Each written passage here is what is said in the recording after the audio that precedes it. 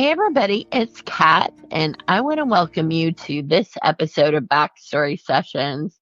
I'm joined today by my co-host Matt. Hey Matt. Hey Kat, hey everyone, how are you? Well, we are getting down there close to Christmas. Yeah, it's what, 2 weeks away or 2.5 weeks or something? Yeah, I think is it like middle of the week this year or something? Yeah, it's like Wednesday, Wednesday. Thursday. Wednesday. Yeah. Right. Yeah, so really 2.5 weeks. You have your Christmas shopping finished? Yeah, sure. How about you? So I can say I have begun. That's about all I can say. Yeah, I've begun as well. I just didn't find like that many Black Friday or, any of the sale things. I didn't find a lot of presents like I'd hoped for. Yeah, I mean, I found a lot of clothes that were, good deals. So, like 65, 70% off, that kind of thing. But Yeah. I mean, I don't know what else I'm looking for, so that's the problem.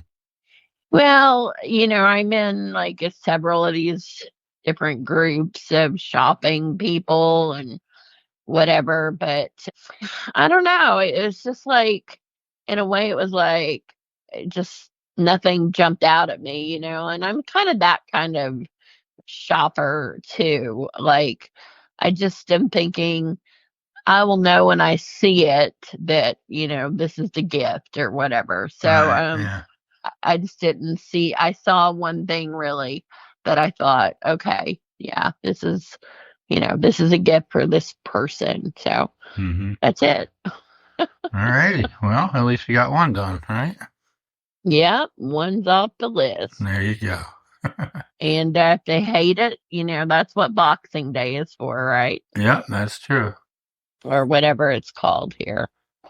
It's called the day after Christmas.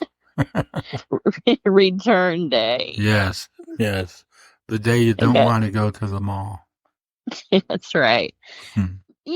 Like I find it interesting. Like it's always a struggle, if somebody gets you something you don't like, and they usually will say, if you don't like it, return it. But Right. uh, does it bother you like a little if people return the gifts you get them? No, I mean, I guess, I'd rather they got something that they wanted than if I got them something they didn't want. I mean, whatever. And isn't it a little bit like you failed though, when you're like to know the person or something? I don't know. I I just always feel guess. bad. I guess. I mean, you angst so much over like what to get someone, and then when you actually get something and you think like, oh wow, they're gonna really love this, and then they open it and it's like, oh gee, thank you. It's kind of, it's kind of, Yes, because you can tell, even though they're trying so hard to, yeah, put on that I like this face, you can tell that yeah. they don't like it. And it's just awkward. So Ah well, th- the thing is just, like really just mail people presents and don't be with them. there you go. And that way, when they start fake lying, Right, exactly. You don't see them. you're like, oh, I'm so glad. I just knew you would look that. Right, yeah, and then you can text someone and say, "Oh, I loved it," and secretly you're like, "What am I gonna do with this piece of crap?" Yeah, you're going back to the Goodwill you go or Yeah, yeah, exactly. whatever. Yeah. Have you ever gotten a gift that you that you had given to someone and they forgot and give it back to you? No, that I don't think that's ever happened. Me either, but that would be awkward. Yeah, kind of. Didn't I I get would this just be for like, you? oh wow, now we both have one. Right. Yeah. I don't know. It's the most wonderful time of the year, and so they say, and the weather outside is frightful and all of that. Yeah, it's been pretty cold. Oh my gosh, it has. I went to a Christmas concert and I thought I was going to freeze to death. Well, your van has pretty crappy heat, as I recall. Yes, by the time I got to the concert, I mean, it was barely even starting to warm up. It's that kind of heat. But it was like, I don't know, 19 degrees. And to me, that it might as well have been, 50 below zero. Right. That's what it felt like to me. You just So, went to the concert so you could warm up. yes, I was like, I am not leaving this concert. Yeah. So I don't know. I'm not a fan of the weather. I'm not a fan of Christmas shopping apparently anymore. And Yeah. you Well, know, it is good. It is good chilly weather or beef stew weather or, you know, any of those comfort food things. yeah, but I don't have any of that from you anymore. Like you used to bring me some chili, and I could have that to look forward to. And Oh, yeah. Yeah, yeah. I remember. Yeah. no, I don't. So A little hard to get that delivered. yeah, that would be hilarious. It would be ruined and whatever. But Yeah. yeah, Yeah. I do miss the chili days, and like I know that you've been having some great foods, and so Yeah. Justin made some beef stew last night and it was pretty awesome. yeah, it looked like it in the photo, and it made me hungry for some, and it's perfect for this weather. So Yeah, for sure. So, well, it was warmer today, so it was, like yeah. yeah, so maybe we're gonna stay warm. I'd like to get through the shows next weekend with no snow or anything.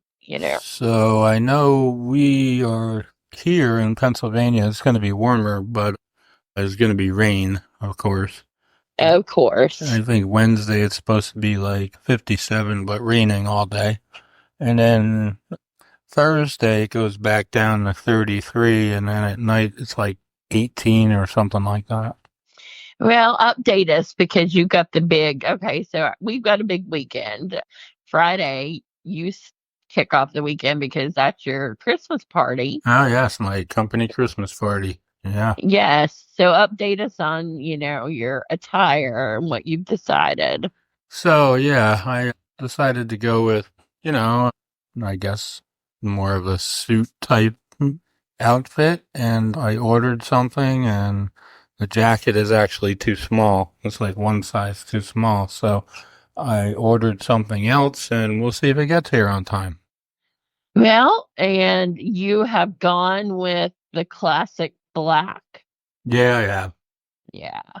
We were wondering if you were gonna, add that color. We'll see. Yeah. I don't know. Well, it's hard to break habits, I guess. Yeah, yeah. But, black is an elegant and classic color, so you can never be out of style, really. That's true. So, Unless you're at a wedding, and I would not advise wearing black. no, you can. Depends on if it's an evening thing or not. Well, I was really thinking about like the mother. A lot of times, the mother of the groom wears black to like Yeah, I mean, protest. I don't think it's good for women to wear black to a wedding. Yes, yes, I think that is, some people do that though. I've seen in weddings. Actually, I knew someone that did that because she didn't like the daughter-in-law, to be, and she wore black to the wedding. Alrighty. Yeah. So there Hmm. you go. We just didn't want to like give fashion advice and have someone show up and Right, yeah. be in an awkward situation like that. Yeah. Well, so next week, before we get to this week's guest, let's talk about next week's guest a little bit. Oh, American Pie. Yeah, That yeah. says it all. Yeah, pretty much. I mean, we're gonna have, be talking to Don McLean. Yes. I can I cannot wait because that, without a doubt, that is a piece of he is an icon of music history. And just the fact that we're going to get to interview him is amazing, I think. Yeah, I mean, I think American Pie was like one of the songs that I learned all the words to when I was really young. Like you can, so, I remember lyrics better than I remember like a lot of things, like what I did yesterday or Right, yeah, whatever. yeah. But, they just have a way of like sticking in your mind. So you learned it really young. Yeah, I was probably like 6 or something. Yeah, because I think this song came out what, like early 70s, I think, or Yeah, that something. sounds about right. I'd have to look it up, but I don't know. Yeah, so I mean, it is a song from our youth, and just to remember it, is amazing. Yeah, yeah. I've been so one of the things that watch on YouTube for whatever reason is reaction videos where people hear a song for the first time and then give their reaction to it as they're listening to it. And American Pie seems to be one of those songs that a lot of people do that to, which is kind of interesting. So what's the reactions? I mean, they're all like, "Wow, this is amazing," and it really is. It's a great song, just I like know. Vincent. That's another one, the one he did about. Oh, yes. Yeah, I love that song. yeah, I know the words to that one too. I used to play that song actually, in my classes because when I taught visual performing arts, Vincent Van Gogh, of course, was yeah. one of the artists that we studied. And of course, I like to combine where I can different art forms. So Hmm. I think it's just, he's just fascinating. He's like a songwriter on another level. Yeah, yeah, for sure. Uh, and it's just that we're going to get to talk to him. I hope. I just hope we, ask great questions. And that would be a good. That would be good if we did. yeah, I know. I don't want him to be like, oh, that's that podcast on another level, Yeah, yeah. the opposite level of, what we're talking Right. about. We don't want him to be like, "Oh my God, I'm never doing that again." Yeah, that was 30 minutes of my life I'll never get back, Right. Yeah. which, is true. But, you know, a lot of times you're happy that you sacrificed, like, you're happy that you spent that 30 minutes the way you did. So that's what I hope for him is that, he'll be happy that he spent the time with us. Yeah, I mean, I'm certainly excited to be able to talk with him because Yeah. he is pretty interesting. So So that is next Sunday, people. yeah, so everybody get ready for that one. If you're in Ghana, you know, That's right. get yourself back up there to number two. And Yeah, Ghana has slipped to number 4, I think. So I know I'm trying to reel him back in. So yeah, Don last time. McLean is a good one.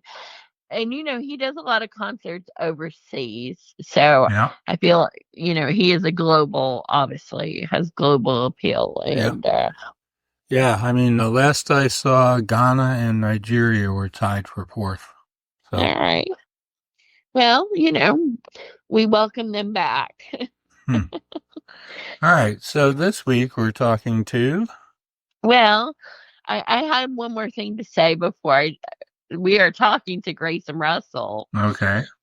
Might as well say that. And, he has an interesting story too because he, we first knew him from Talladega Nights Right, he was as an one of actor. the yeah, he was one of the kids in the movie, right? Yes, Yeah. yes. The redhead. Mhm. And so now he is, we're going to be talking to him as a singer or songwriter. Interesting. Yeah, so he's, and it wasn't just like he was a, one time in a, like cast as a kid and whatever, cute kid. And I mean, he was in a lot of things beyond that. So it's Right. not Yeah. like he was just acting, one little role or something. He has a lot of credits. But I'm very curious to find out about, where does the songwriting and music fit in? Like, where did he pick that up? Why did he decide to go that route? Yeah, or is that something that he does as like an aside from acting, or does he do it more than acting now, or Mm. Yeah. And, the question, which one do you like better, is never going to be answered. It's yeah, always like, yeah, I'm hey, sure. it's like choosing your child. You just Right, can't yeah, do it, yeah. but a lot of things there. And he seems really interesting. And I've listened to his music and I really like it. It has kind of a classic rock country kind of feel to it. Yeah, okay, cool. And I did want to say this though, our shows are coming up next weekend, the Don McClain weekend. It's going to be a great weekend. But so we were in a parade. Oh yeah, At, yeah, the parade. I'm sorry, I forgot to mention that. yes, well, I could not forget that. Right. So we were in a parade yesterday, first time ever, that we have been in a parade. So you're So we talking, made the yeah. So this isn't us. It's Tri County Mystery Meets. yes, the Tri County Mystery Meets. Yeah, I just wanted to clarify I I that. can only imagine the float that you and I would. That would be interesting. Yes, well, at any rate, so only one person in the cast had ever worked on a float, and that was a church float. And so they did a minimal amount of the Right. yeah. So we were pretty much like free birds. So I mean, we borrowed, like we got a doctor to loan hay to us, A, bales of hay. a doctor loans hay. Yes, because he has a horse, more than one probably. He Okay. has horses, Mm-hmm. and so he has bales of hay, and so he agreed to loan the hay because we had no use for hay, Right. What are you gonna do with it when you're after. done? Yeah. Yeah. So, we don't have to buy it, all the better. Because then you got to figure out what to do with it after. Right. You could You know, spread it on your lawn or something, I guess. oh my gosh, yes, let's do that in 19-degree weather. Yes. There you go. But anyways, it was up to the in the 40s for the parade. Right. I mean, it got cooler, of course, by the time the parade started, but in decorating outside, it was in the 40s. So, So before anyways, before you talk about that, I do want to mention that you did share with me a drawing that you did of the concept for the decorations, and yeah. yeah, that was certainly something. Well, I offered to credit you, you know, Ye- because you design things, obviously. yeah, I And couldn't take credit for that. well, everything that I've learned, I learned I learned from you. Yeah, thanks. I know I made you proud there. Yeah, you did. You look like, Well, uh, I mean, I did use colors and, yeah, dots, lines, different things yeah, it too. looked like finger painting.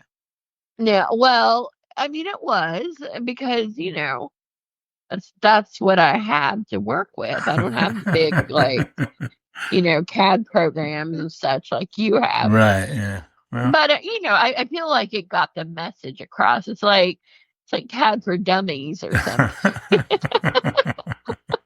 yeah. But anyway, I mean, it was really pretty impressive if you compare the float to that blueprint, I'm calling it. I mean, you can definitely see the resemblance. Sure. I was so proud. And really I thought about like autographing and Yeah. uh yeah, because I'm sure people are like, who come up with that Right. concept? Yeah. I mean, If that, anyone tries to take credit, right. I've got the proof. That's right. The objet d'art. Well, all kidding aside, the drawing did outline the basics of the float, Mm-hmm. and we did have a good idea of how we wanted to use the space and all of that. So everybody pitched in, like, with their own things, and it just it fell into place, and it was Tri County Mystery Meats Nutcracker Suite. Mm-hmm. That was our theme because that's the title of our show. And it was filled with the characters. The cast was on there in their costume, Mm-hmm. and the Peppermint Princess, who's played by Alexis Acop, she was on there with her real harp. She plays the harp. Oh yeah, we talked Right. to Alexis a while back. Yes, we've had Alexis as a guest, and Yeah. she's getting like better all the time on the harp. Like if you look at last year to this year, like she's worked so hard. She takes lessons, of course, but Right. I mean, who she's could just learn that getting. on their own?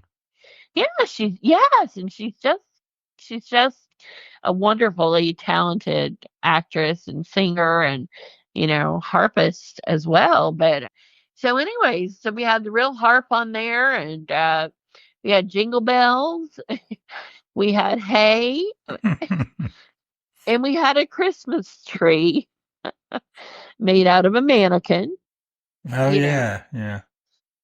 which came attached to a cabinet door for Okay. stability, you know. So that was problematic in transport. So yesterday I was having to track down someone with a truck, to Right, to pick, bring it there, yeah. yes, to pick Anne. We named her Anne because she looks like this lady Ann Peterson. Okay. Like, and I'm like, if you could put the head on there, it would be Anne's head because it looks just like her. She's very fashionable, and it just looks like her. So, anyways, we elevated that cabinet door. We just put it on top of the hay. Mm-hmm. So it stood up like, I don't know, how tall is hay? Like a foot and a half, Yeah, something, something like that, yeah. a bell. So it was standing like the cabinet door was on that. And then so the tree, was standing like tall Right. for the on the float. And how we stabilized it is to have two of the guy actors, they were seated like looking outside, to the side of the trailer, Right. like four on this side, four on this side. So we seated them on the cabinet door. All right. You went on each side because Yeah. it wasn't going any place with people sitting on it. So Right. Good thinking. uh, yeah, well, if nothing else, I did not put that in my blueprint No, because I didn't see I, that. I no, I did not know that that was going to be an issue. But the thing is, when you got the creatives, you come up with creative ideas. Right. So, There you go. and we're constantly problem solving. So, people that are listening, put your kids in the arts because they will learn a lot of life skills. There you go. Yeah. They will learn to problem solve, they'll learn to think quickly, and they may learn to draw like a blueprint of a parade float. So Yeah. Well, there's always hope. yeah. Yeah. So I guess we should talk to Grayson Russell and see, you know Well, maybe he's. you didn't mention the best part. Oh my gosh, okay, yes, well, so I really feel like that. It's not bragging or anything. It's just like, since you mentioned it, we did win second place. With two guys sitting on cabinet door holding up a Christmas tree. Well, Absolutely. And hay that we borrowed and right, took borrowed back, hay. Yeah, and a lot of other things too. I right. mean, as we said, you could not fit one more thing on there. That's true. It was pretty crowded. So But, we won $250. nice. Yes, that is great. Our first time ever in the parade, Yeah, and and you we got won second second place. place. Yeah, that's cool. Yeah, Congratulations. thank you. Well, let's talk to Grayson and find out what's going on. Alrighty. Grayson, I want to welcome you to Backstory Sessions. We're really excited to have you as a guest today. Thank y'all for having me. I'm excited too. Yeah, well, so you have a very interesting backstory in that we're going to interview you about music today, but we could have just as easily been interviewing you about acting. Yes, ma'am. So, so how did you get started? Like, when did you know that you had a talent for the arts, period? The first time I started sang by myself, I was 3, but I started traveling doing gospel music with my folks when I was 5. So I've always done music, and that's something that I've always participated in really heavily. Film was an accident. So the first movie I did, for everybody listening, I played Will Ferrell's son, Texas Ranger, in the movie Talladega Nights. The Yeah. audition for Talladega Nights was in the newspaper. My dad had a tournament he had to go fish, and me and Mama were bored. I couldn't read, hadn't started the second grade yet.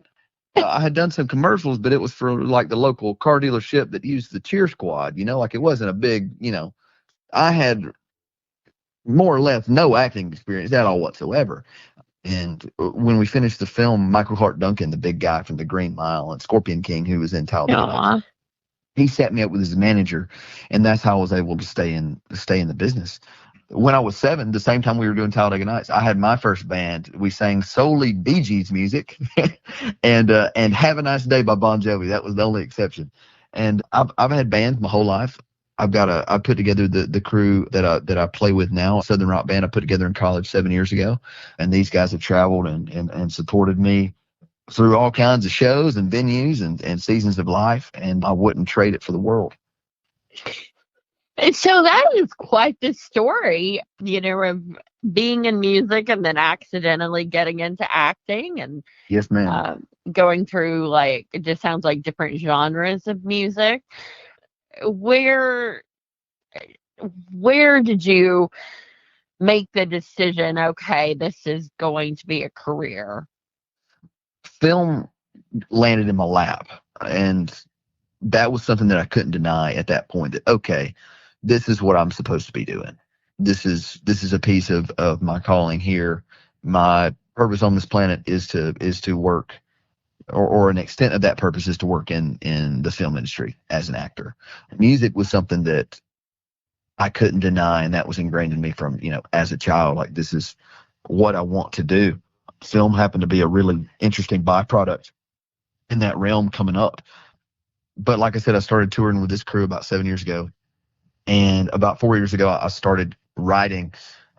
Up till that point, I never really understood, and sometimes still under the kind of influence of, I never understood why anybody would want to listen to anything that I would want to say or play any more than they would want to hear me play Freebird or something, a cover song that we do really well. It wasn't until COVID that I was mad enough and angry enough that I was moved to write.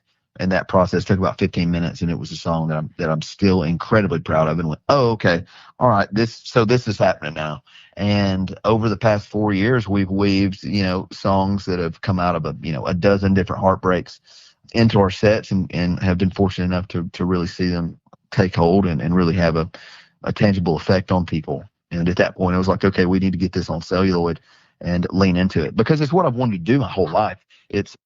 But I'm just really happy to be landed in it with both feet.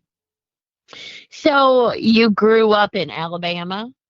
Yes, ma'am. Clanton, Alabama. Population 9,000 on a good day. Interesting. So what was the arts experience that you had there? I imagine that maybe church or Church, yes, ma'am. I mean, that was about the only place you could really sing anywhere or act. I mean, I guess if you want to hop in a church play, of course, I did a handful of Christmas ones. I'm sure I was a cow, or I don't know. I think I missed being baby Jesus, but but we made it for dear Lord baby Jesus. So I guess that kind of turns back around. Um, but yeah, church. There was one school show that we had. It was called Blast from the Past, and they'll have an alum show about every other year that I go and hop in, and was essentially about 23, 24 songs, ranging from like Johnny Cash to Britney Spears, and it was all the high school kids getting together and putting on a show for the county, which would end up being 1,000 people for a couple nights for like 2 weekends. So I very vividly remember going and watching that and going, okay, well, Katie's sister Britt, he's up there singing, and if he can do that, then that means I can do that because he's from here. So right. that makes sense. And that was, for me, I couldn't play ball because I couldn't get hurt because film had taken such shape by the time, that ball would have been a thing. But Blast from the Past, that show was like being on the varsity football team for me. That was the equivalent. And it's something I'm still, do my best to actively participate in whenever I'm home, and just kind of pouring back into those high school kids. That was the point that really made me believe that I could do it, seeing it. Did you play an instrument? Not for a while, but my folks made me play. My folks made me learn piano in probably the third or fourth grade. That one didn't take, but I did. I started taking guitar lessons in the sixth grade, and that's when the kind of, I can make my own noise and sing my own things instead of just having to rely on somebody to press the space bar. And now I play acoustic, banjo, mandolin, and sing for a guy who won a couple Grammys doing gospel music, a guy named Guy Penrod. I've played with him for the past 2 years outside of what I already do. And I play a little bit of keys still and a little bit of bass, but predominantly I play guitar. Wow. So you really do have like a very diverse range of things that have happened in your life so far. When you started songwriting, was that an experience that needed to come out? Is that what prompted you, or? Yes, ma'am. Yes, ma'am. Yeah, it was the easiest way for me to explain probably my songwriting process is I had a buddy who he was the only doctor in town for about 20, 30 years, and he delivered like 3,000 babies. That was his favorite thing to do. And he said because it was his favorite thing to do because it's the only time anybody ever came into the hospital and came out with something better than they started with. And for me, songwriting is kind of the same thing because it's walking into an incredibly painful and probably awful situation that either I got in the middle of in a relationship or a family issue or something or something that was entirely thrust upon me that I couldn't help. And here I am in the middle of this situation, but a song will come out of it and redeem it and go, okay, well that's something that I didn't have to begin with that it might be effective in somebody else's life, that might be something somebody can identify with or be influential for the better, hopefully. But for me, once songwriting kind of kicked off, it became, okay, this song is going to validate this experience that I've lived through doing this, that, or the other.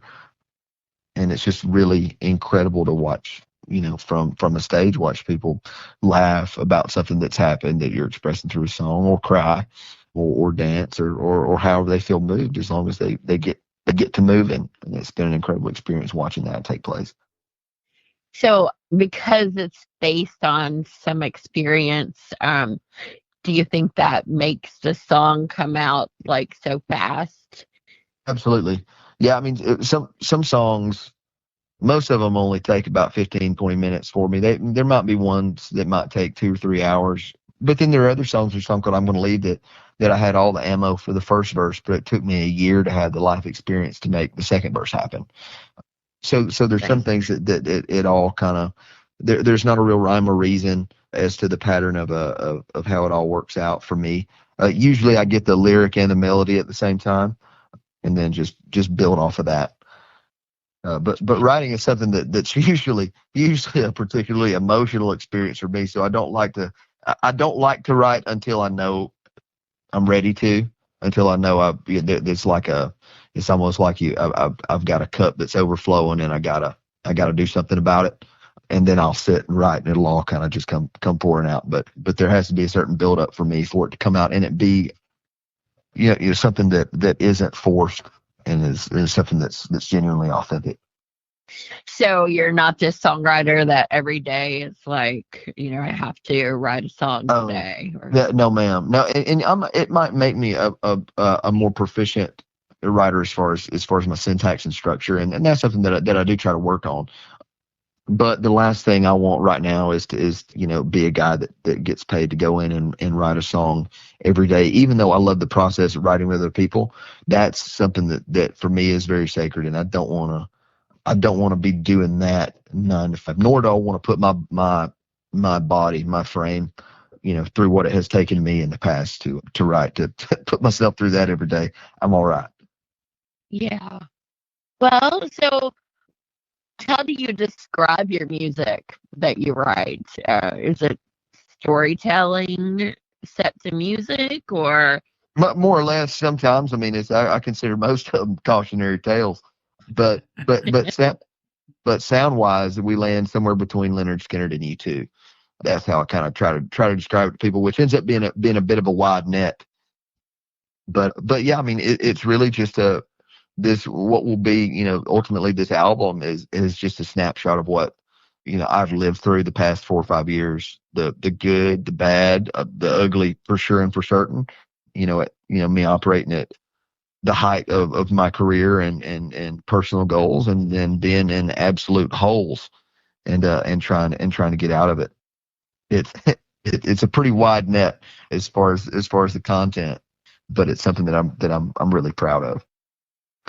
so I read something interesting that I wanted to ask you about and see if it was accurate that you got saved while filming Talladega Yes, Nights. ma'am. Yeah, at a church in Charlotte. Yes, ma'am. I got saved while we were doing it. The front end of the movie, we were still doing rehearsals at the time, but I got saved, and really my role in Talladega Nights had a lot more language. Had a ton of language in it that I was not comfortable with. And I mean, I got saved, and then the next, probably that Monday, went up to Adam and was like, "Hey, man, do I have to say all these bad words?" And he got up and he said, "Grayson, you never have to do anything you're not comfortable with."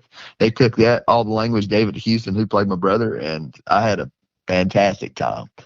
If Talladega Nights had been a bad experience, then I never would have touched another movie set. Well, how do you feel that your faith has influenced your music and career choices? Oh, it's in every part of it. There's not one piece that escapes it, nor should there be. For me, the most difficult part about it has been, when looking at it from, kind of the theocentric side of things. Church people killed Jesus, not not regular folks. And so just because the music that I do and the ministry that I have is not behind a pulpit and is unconventional, sometimes I've gotten a pretty good amount of heat for that.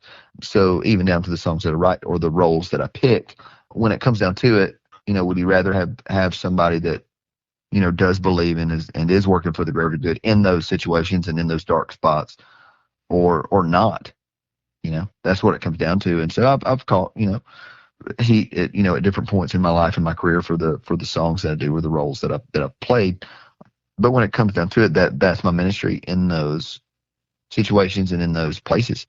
Obviously, not working to justify something that is, doesn't need to be justified, and I don't do everything right. But faith has played. I mean, the biggest role of my life. There's not, like I said, there's not a part of my frame, nor the work that I do, or the anything that didn't expressly affected by it. Well, your latest song is Beneath the Bow. Yes, ma'am. And so you draw a comparison to like the men that were unseen, sort of laboring on the Titanic's engine room. Yes, ma'am. Um, why did you choose that particular metaphor? It was one that I believed in. It was a song that was handed to me in a certain form, and Brian Oxley, who wrote the better part of it, said, "Hey, I want you to take this song and make it your own and make it make sense." And so I was given the lyrics and the arrangement and free reign to do with it whatever I choose. So there's a few things that I changed around on the lyric and in the in the composition of it. But for me, I mean I've it's kind of become the anthem of the ignored song for the people who feel like they don't have a voice, that are making this country run and going, hey guys, there's some stuff wrong here. I can't afford to live, or here are my issues that I'm having, and we got to do something about it, and feel that they're unheard. No different than the men below deck on the Titanic working and yelling at the party goers up top saying, hey guys, something's bad wrong down here, and if we don't get some help, we're sinking. The cover art for Beneath the Bow is a picture of me that my buddy took on his phone while I was working on a scaffolding crew at a paper mill about 140 feet up in the air. That picture, we weren't up that high. I think we were only about 30, 40 feet. But it's a life that I've lived.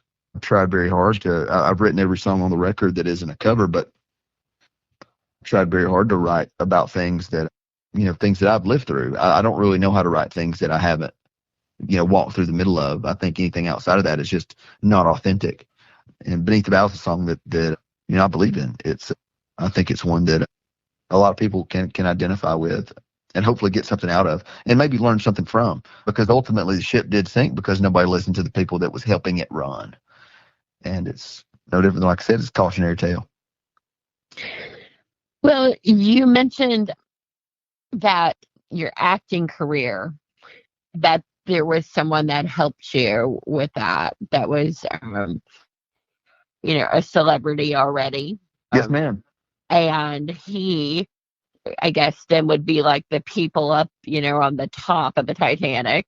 Yes, ma'am. And then he was kind enough to reach and help you. So how meaningful is that, and do you find that to be the exception or the rule, that people reach out to you that don't have to? It depends. The industries are different. In Nashville, on the music side of things, it's been very much everybody does everything they can to help each other succeed. On the film side, it's far different, and there's far more gatekeeping and clutching your pearls. I feel like, obviously you're referring to Michael Clark Duncan, big guy from the Green Mile. Yeah. And came in and believed enough in me that after we filmed Talladega Nights, he set me up with his manager, and that's how I was able to stay in the business.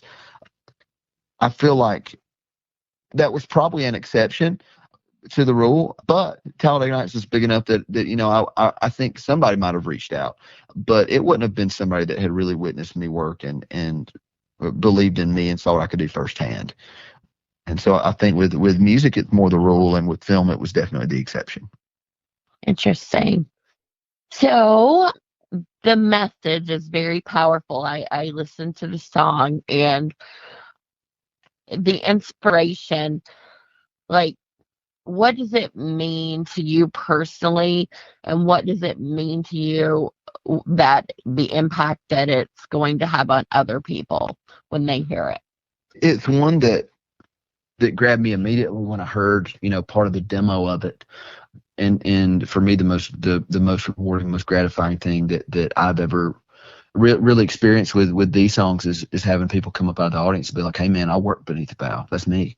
Whether it's a vet, or whether it's somebody who's a home builder, or an accountant, or whatever they do, having something that resonates with people is the goal, and something that people can so viscerally identify with is something that I could never have imagined would have landed so strongly, and I'm so thankful for that. And it's one that for me is a message that I never want to move away from, even though politics and getting in the realm of being vocal about this, that, or the other is not something that I've ever really cared to do, nor care to weigh in on. But being sure that the people that make this country roll are heard and taken care of and reflected, that was the goal of this song. And I think we got pretty close, and I'm really proud of that. And so, what is your plan to stay grounded so that you are not the people, up on the top that are not listening? That's a good question. Nobody's ever asked me that one before. It's you gotta not. I have to actively, not get caught up in the pomp and circumstance of it all. I think for me, my greatest asset, privilege, blessing was the fact that I would do a film and then for 2.5 months in a really crazy high end luxury whatever environment. Sometimes they're on the side of a mountain freezing to death. But I would do that and then come back home to Alabama, and I might be home 2-3 years before I do another film. And so that lifestyle wasn't something that I was just inundated with every day, all the time. I was able to come back home, and nobody at home thought it was cool, which was great. That couldn't have saved me any more, and I really appreciated that. So for me, it is a balance of hey, the glitz of all of this isn't real. This isn't real life. It doesn't matter what party I'm at or who I'm with or what film I'm doing if I don't have food to eat. If Right.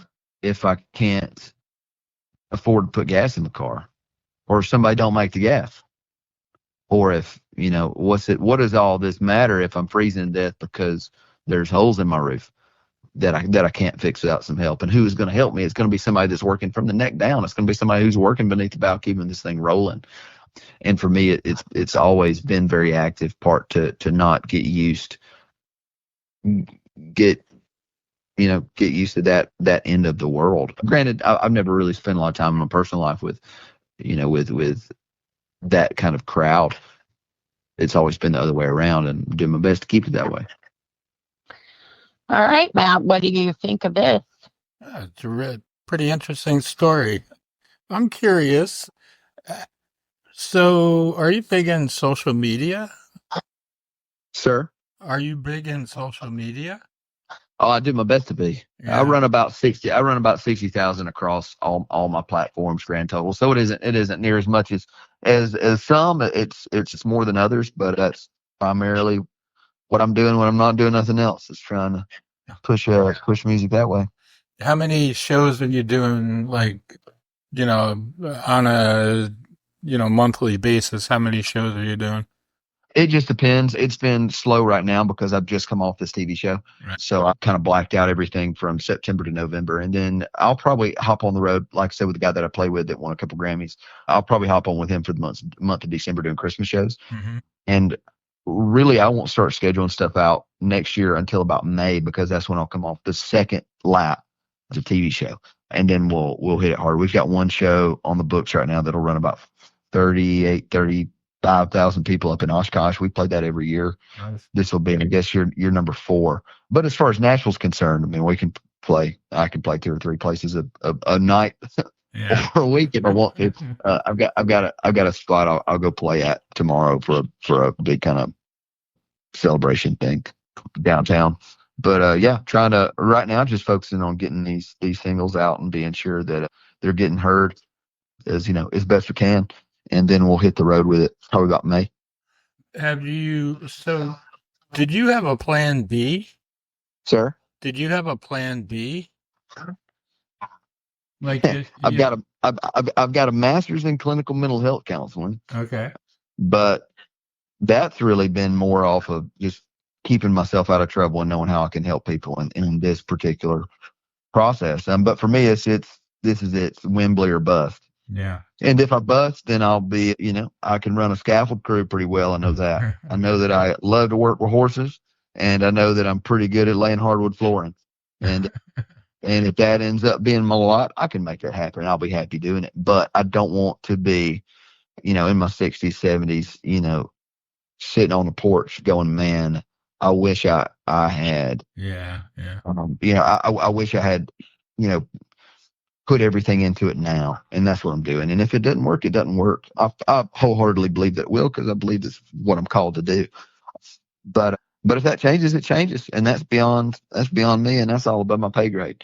But until such a time as it isn't, what I feel and have shown to be what I'm supposed to be doing, I'm gonna do it with everything in me. I feel like it's too specific of a calling and a vocation for me not to put everything that I have into it. Hmm. Interesting. Have you ever, so you live in Nashville, I assume? Yes, sir. Okay, Yes, so sir. have you run into anyone and like been starstruck? Oh, wow. Last night watched Peyton Manning sing a David Allen Coe song at Losers. That was pretty fun. Um, uh, it's just been wild, kind of the people that I've been able to spend a relative amount of time with. I was with Kid Rock last night, and huge Talladega Nights fan, and that's always kind of interesting to see how, even the work you've done as a child, how that kind of lands on people that you've respected your entire life for the work that they've done. So there's been plenty of times. What's funny, have ever been starstruck? It's always weird. It's not what you would think it would be. Last night, for a second, I thought I saw Howie Long, the football player. I Yeah. was wrong. It was a different guy. But the reason why I was so excited to meet Howie Long was because I used to play Tecmo Bowl on the Super Nintendo with the Oakland Raiders, and it was Bo Jackson and Howie Long. So for me, like, starstruck takes on really really strange forms that you wouldn't expect. It's different. It's different for me. The first person I was really starstruck to meet was like my crush was Debbie Ryan back when I was in about the sixth grade. Probably I was about 11. She was doing Sweet Life of Zack and Co, or Sweet Life on Deck. Uh, The second one would have been Danny Glover. I did a film with him in Huntsville, Alabama, and obviously Lethal Weapon. right. I knew him as Deets in Lonesome Dove, or the lead in the second Predator movie. The ones that have always really meant the most to me are it's never who most people would think they would be. Hmm. So you play guitar and other instruments. Are you a collector? Uh, I try to be, but for me, collecting things has always been kind of strange because I don't want to own something that I'm scared to use, Yeah. or scared to play. Yeah. No different than if I wanted to go get me a shotgun with a gold plated trigger that's Ducks Unlimited and everything else. Well, that's all fine, well and good, but it's no use to me if it's just going to sit, on the Yeah. mantle somewhere and never get used. So for me, pretty much everything around here, if it isn't functional or sentimental, then that's kind of it. I've played the same acoustic since that I got for Mother's Day weekend in 2014 when I was a sophomore in high school. That's been the same acoustic I've played outside of, a couple of times where I broke something on it and had to get it fixed and had to use a different one.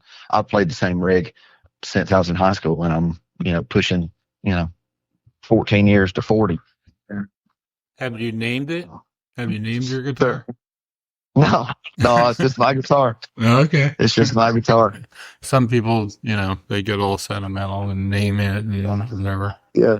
Yeah. Yeah, I'm certainly attached to it, but no, I don't have a name. Sometimes I call it Lucille, Yeah. just because I think of Cool Hand Luke. It's like, some that good looking just got to be named Lucille. But yeah, I've got that, and then I'm about to put pickups in a guitar that was given to me by a little old lady I went to church with. But she passed away a number of years ago. But it was her husband's guitar, and that he played before he died, and she didn't really know. I guess she wanted to give it to me because she saw me playing it in church, and come to find out it was a 1972 Yamaha Red Label, which is, most people don't necessarily think of Yamaha for guitars, but I didn't realize it was a big deal till we took it to the Guitar Center to get a case for it, and all the Guitar Center stopped to to play it. It ended up being kind of the Cadillac of what Yamaha put out. So that is one that I'm far more careful with, but is one that I just put on a single this week. Yeah. All right, Kat, I'm going to let you ask one more question. Oh, goodness. One more. Well, two more. Well, I had two. Okay, go ahead. All right. So your previous single was Corn and Kerosene. Yes, ma'am. So do the themes connect of these two songs? Oh, absolutely. I mean, it's for me, like I said, it's all stuff that I've expressly lived through to one extent or another. The Corn and Kerosene is really, for me, it's how far are you going to go? What will you sell? What will you give up? What will you make happen to make your dream to work?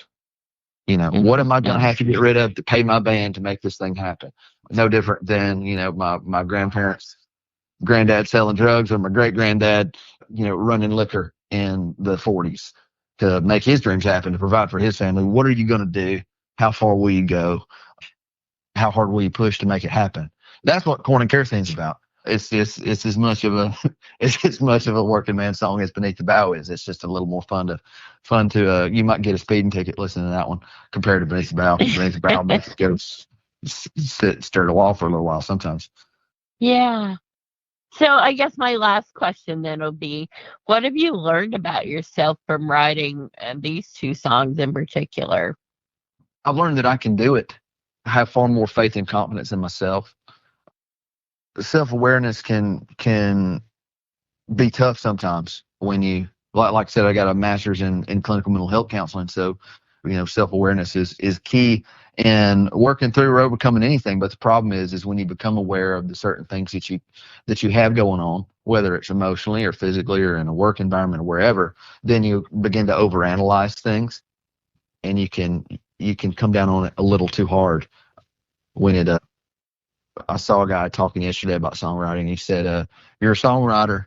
You're meant to, touch the heart, not perform heart surgery." I'm paraphrasing here, but you're not physically changing the world here, and it doesn't have to be rocket science when you do it. And sometimes I can make it that I can make it too hard. Knowing now and being aware enough to know now that it is something that I can do, with relative, efficiency. Well, this has certainly been very interesting. I liked your music, at least the songs that I've heard. I really like the audience appeal in those, and so it's very interesting to hear the backstory of the person, that wrote them and is creating them. So very interesting. Yes, ma'am. Appreciate it. I'm glad you got something out of it. Yeah. Well, I don't know, podcasters, Matt, you think we're probably like, we're the working people. Yeah. Absolutely. Ab- Absolutely. It's all different strokes for different folks. It doesn't mean one's any more, any less than the other, because there's a mental strain that comes with this and what you do that it isn't present in other, environments. When I There, was doing scaffolding, I didn't have to think about it when I went home. there is a mental Yeah. strain working with Cat. Yeah. Just kidding, Cat. I'll, I'll stay out of that one. My. Grayson, I have one more question for you. Fire away. So you've written quite a few songs, it seems. Has there ever been one that you've written or had an idea for, and you were just like, "Oh no, I can't write that." Like, Yeah. maybe it's too So, personal but or something like that. there has been some stuff, and again, it no different than going back to, feel like this is what I'm supposed to be doing, good, bad, or indifferent. It's always deciding, just because it paints me in a certain light, good, bad, or indifferent, or this situation in a certain light, doesn't necessarily mean that it shouldn't be heard. It doesn't mean that it can't affect somebody. Um, I Right. think it's a matter of censoring how harsh you communicate something. Somebody I really, really has influenced me a ton on how I write. It's a girl named Morgan Wade, a female artist. Sorry, I said girl. She's a grown woman. Mhm. She does a really good job of communicating things that can be really, really harsh. Um, Situations, but in a way that isn't particularly gratuitous, which I appreciate. And because that can be easy, it can be easy to say something a certain way, but it's and it might not be the most appropriate way to do that. So to me, it's trying to figure out how to censor something if it needs to be censored, and if it doesn't, being okay with letting the rawness of that thing rip. And so it's a balance. No, it's a balance like anything else. There's been plenty of things that I've written that I went, that one might need to wait a while, or I might need to see how this other thing lands before I do it, because I don't want to push one way or another too particularly hard. Right. But I try not to. Pretty much everything I write, I intend to put on something and put out, because if I didn't write it, sorry, I've got the leaf blower outside. Because if I wasn't moved, I wouldn't have written it. And so there evidently there's a level of importance, or priority of me writing it that deserves to be, put out there. Mm-hmm. Yeah, I was just curious because I imagine there's some, there might be some things that you just don't want to put out there. Yeah. All right, Kat, any last thoughts? Well, you've stolen my question that we usually ask about Plan B, but I do have one I ask pretty often. Do you have any ritual that you do before you perform? We pray. We get together and pray before we do it, and that's pretty much it. Different shows, require probably a different level of prep from me. There's some things that I'll get nervous about that I'll have to go kind of sit aside for, and there's some things I can do with my eyes closed. I had the privilege of singing at a Nickelback album release party last week, and I got to sing a song that I had sang in the shower since I was 11 years old. I was more nervous to sing that than I ever was to work with Tom Hanks. But when we play the show in July in Oshkosh, it's 40,000 people. I won't bat an eye at that. It's just there's different things that mean different things to different people. But as far as a solid thing, the album will ultimately be titled Living in Women Volume 1, because when my band would get together to pray before we would hop out on stage, the general prayer request was, Nick, what you got going on, man? Living in women. That covered it. That covered it. It was like, okay, well, it makes sense. So yeah, the only real thing we do is kind of circle up, talk out, set, and pray, and then go out there and do it. Awesome. Well, I want to thank you for being a guest on our show today. It's been really interesting to hear your backstory and, to talk about your music and your career of all the things that you've experienced. Yes, ma'am. Thank you. Thank y'all for having me. I really appreciate it. This has been a good time. I've enjoyed it. Thank you, Grayson. We appreciate your time. Come on back and talk to us anytime. Sounds good. Let's do it, ladies and gents. Y'all have at it. All right. Thanks. Have a good afternoon, evening. Sounds good, Thomas. Bye-bye. Take care.